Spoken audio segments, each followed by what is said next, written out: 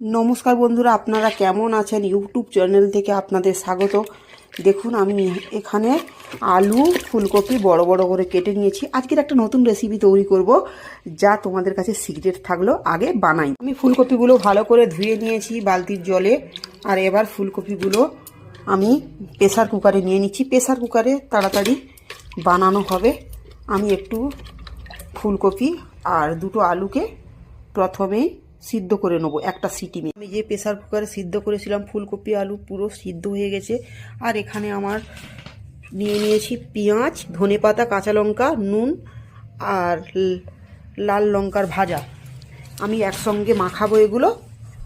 মাখিয়ে দেখুন কেমন টেস্টি লাগে। আমি লঙ্কাগুলো সব মাখাবো।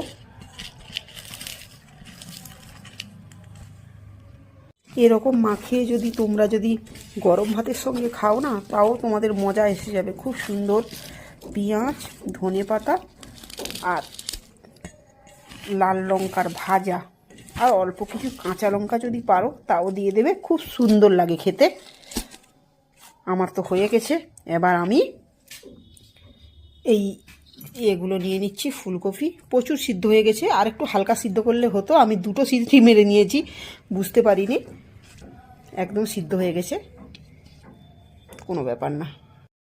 দেখুন বন্ধুরা, আমার মাখানো কমপ্লিট। এই মাখা দিয়ে যদি তুমি এক থালা গরম ভাত খেয়ে নিতে পারো, এত সুন্দর। এর সেন্টও খুব সুন্দর। আর এই রকম মাখা খেয়ে তোমরা বলবে যে কেমন লাগে। খুবই সুন্দর লাগে। নমস্কার, শুভ সকাল। তোমরা সবাই ভালো থেকো। ইউটিউব চ্যানেল থেকে তোমাদের সবাইকে